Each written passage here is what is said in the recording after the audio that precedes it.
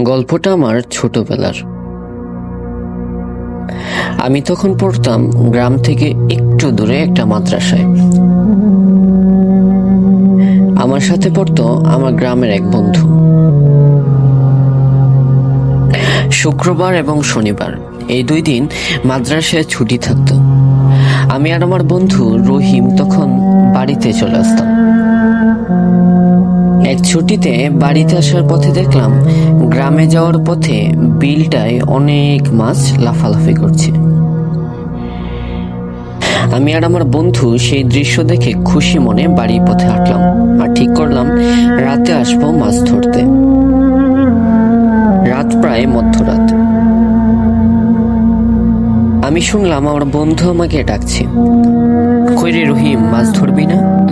তাড়াতাড়ি আয়, সকাল হয়ে গেলে আর মাছ পাবো না। আমি তখন তৈরি হয়ে একটা জাল নিয়ে বেরিয়ে পড়লাম বন্ধুর সাথে মাছ ধরার উদ্দেশ্যে। আমি খেয়াল করলাম আমার বন্ধু আমার সাথে বেশি কথা বলছে না, নিজ মনে হাঁটছে, নিজ মনে বিড়বিড় করছে। আমি আর কিছু জিজ্ঞেস করলাম না। রাস্তাটা শুনছান, নীরবতায় ভরা। পূর্ণিমার চাঁদের আলোতে চারিদিক আলোকিত হয়ে আছে। একটু দূরে শিয়াল ডাকছে।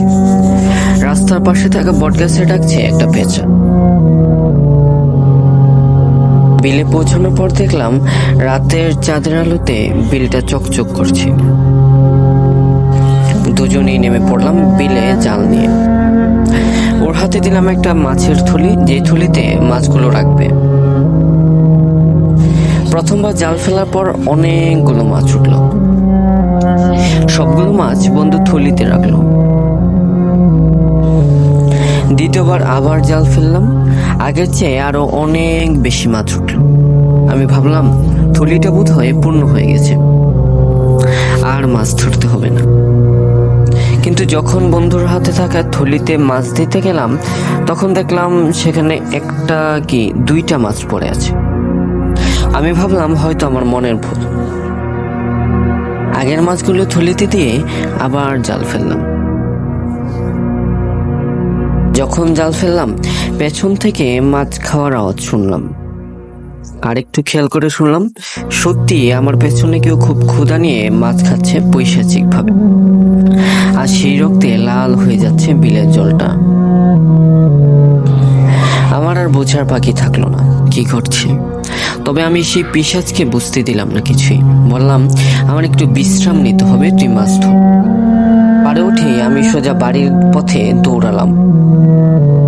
পেছন থেকে শুনলাম বন্ধু আমায় ডাকছে, তবে এবার আর বন্ধুর গলায় না, পৈশাচিক রাগান্বিত আর ক্ষুধার্ত কণ্ঠে আমায় ডাকছে, দৌড়া, আজ তো যত শক্তি আছে কেউ তোকে বাঁচানো নেই এই বিশাল পথে। পেছন থেকে দৌড়ে আসছে সে বাতাসের চেয়েও বেশি গতিতে। মনে মনে ভাবলাম আজই হয়তো শেষ রাত জীবনের।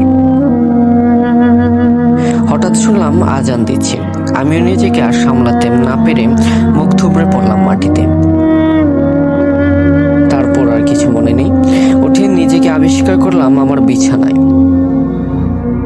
মা ডাক্তার এনেছেন আর বন্ধুর মাকেও দেখলাম আমাকে দেখার জন্য এসেছেন।